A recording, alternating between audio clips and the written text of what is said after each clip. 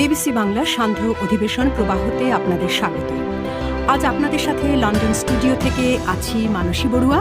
BBC বাংলার সব radio শ্রোতাকে সুদীর্ঘ সময় আমাদের সাথে থাকার জন্যে, আমাদের বেতার সাংবাদিকতার উপর আপনাদের আস্থা রাখার জন্য বিবিসি বাংলার সবার পক্ষ থেকে আন্তরিক ধন্যবাদ।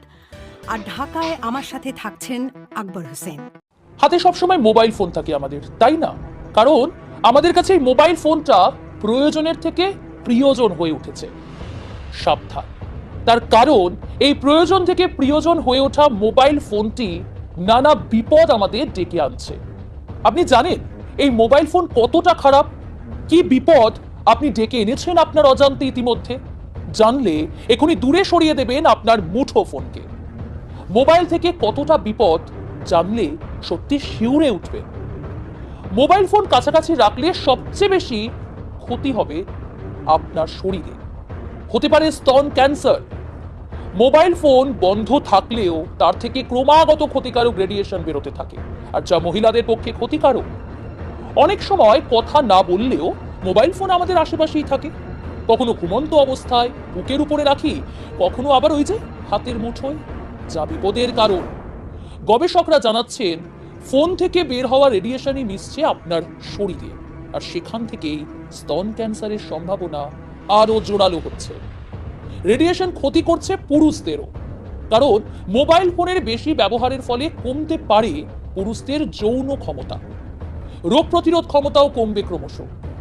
এখানেই শেষ নয়, চোখ দিয়েই তো আমরা দেখছি, তাই চোখের উপর মোবাইল ফোনের এই রেডিয়েশনের প্রভাব মারাত্মক রকম পড়ছে। বেশি ফোন ব্যবহারের ফলে কমতে পারে দৃষ্টিশক্তি, শুকিয়ে যেতে পারে চোখের জল।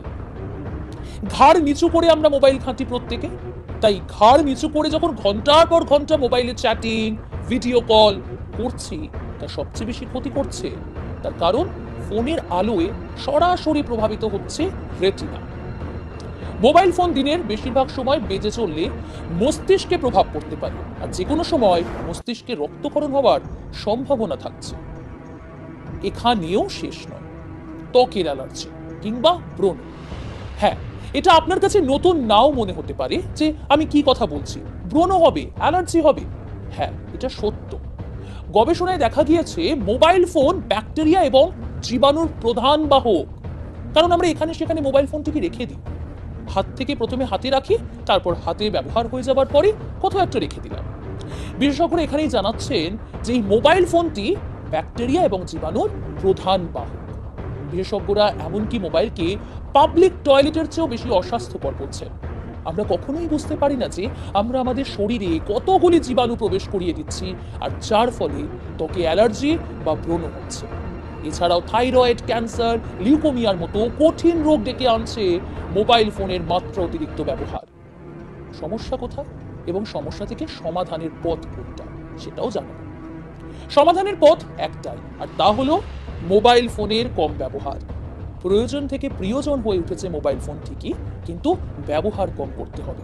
শরীরের কাছাকাছি মোবাইল ফোন না রাখার পরামর্শ দিচ্ছেন ডাক্তাররা, আর সেটা আপনার ভালোর জন্য। ফোনে কথা বলুন, তা তো বলতেই হবে, চ্যাটও করতে হবে, তবে সবটাই সীমিত। ডাক্তারদের পরামর্শ ফোনে নয়, আত্মীয় বন্ধুদের সঙ্গে দেখা করে তাদের খোঁজ নিন। ঘন্টার পর ঘন্টা কানে ফোন গুঁজে রাখবেন না। প্রতিবেশীর সঙ্গেও মাঝে মধ্যে জমিয়ে আড্ডা দিন। সব মিলিয়ে হ্রাস টানুন মোবাইল ফোন ব্যবহারে, আর তাহলেই পাবেন রোগমুক্ত সুস্থ জীবন।